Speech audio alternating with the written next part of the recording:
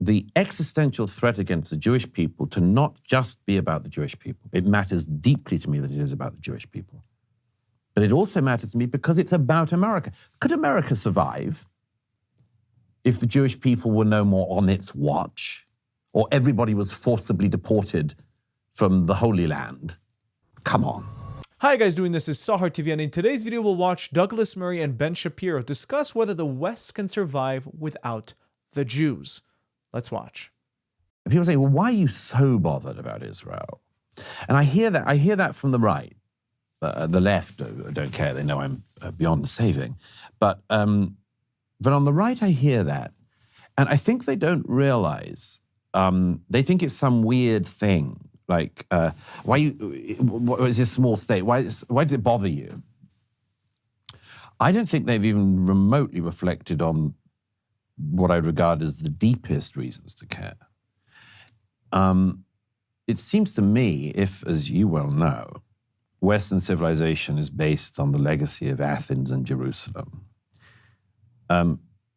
Athens is under great assault always, but it's not actually under existential assault at the moment.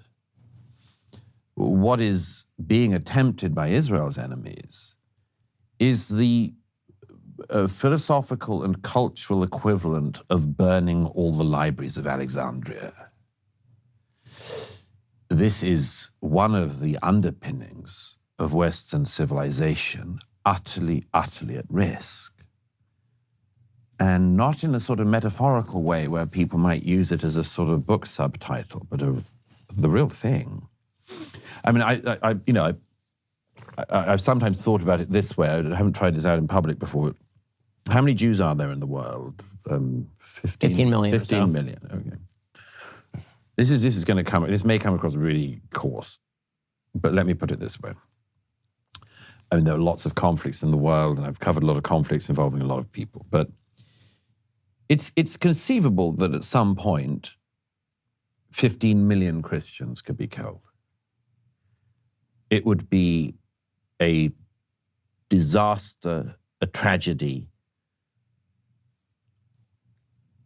It's conceivable that at some point, Burma, India, somewhere, 15 million Muslims could be killed. It would be a disaster. It would be a tragedy of an unimaginable scale, of mid-20th century scale.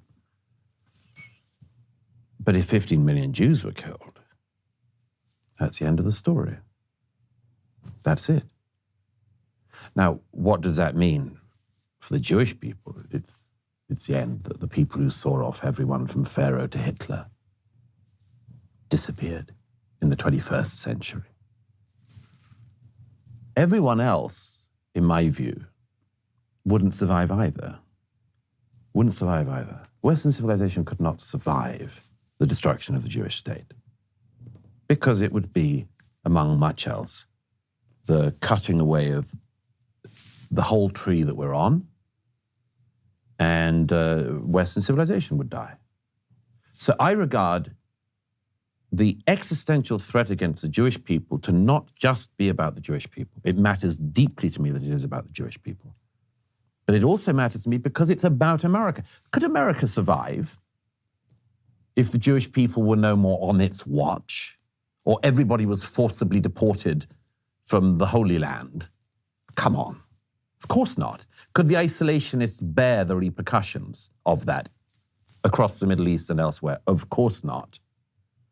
So I find this blitheness and the frivolity of it to be absolutely intolerable among the critics on the right.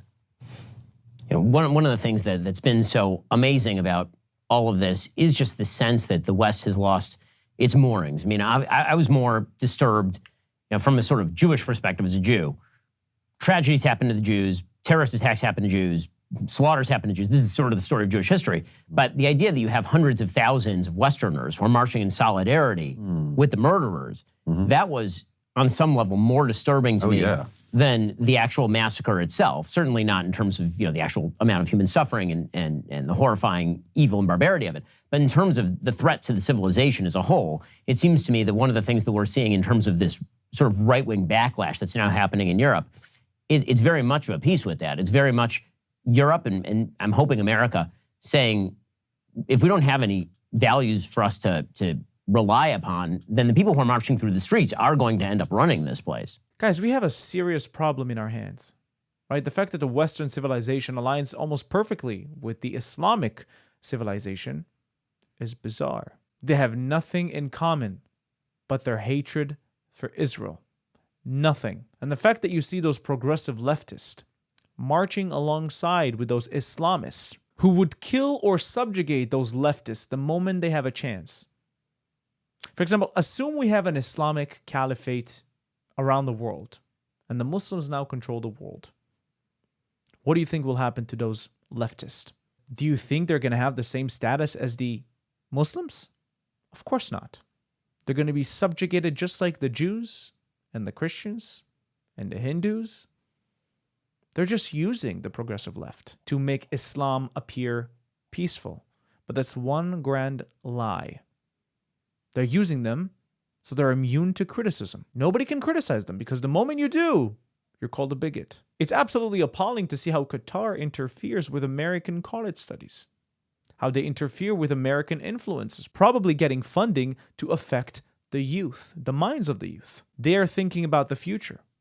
The infiltration of Islam to politics, the infiltration of Islam to westernized society. That's how you do it. So the world needs to take action. This is me taking action by telling you need to take action. You can do whatever you want with that information, because once it's too late, you'll watch this video and say, Sahar TV told me so. Thank you so much for watching this video. I'll see you in the next one. If you'd like to watch more of my stuff, please check out my channel down below. If you like what you see, don't forget to subscribe to the YouTube channel and hit that notification button so you can be notified every time I upload new content. If you'd like to support me and the channel financially, you can do that using Buy Me Coffee or Patreon down in the links below. Also, we now have a Discord that you can join down in the link below. And now you can become a YouTube member and enjoy specific YouTube perks. Thank you for watching. I'll see you in the next video.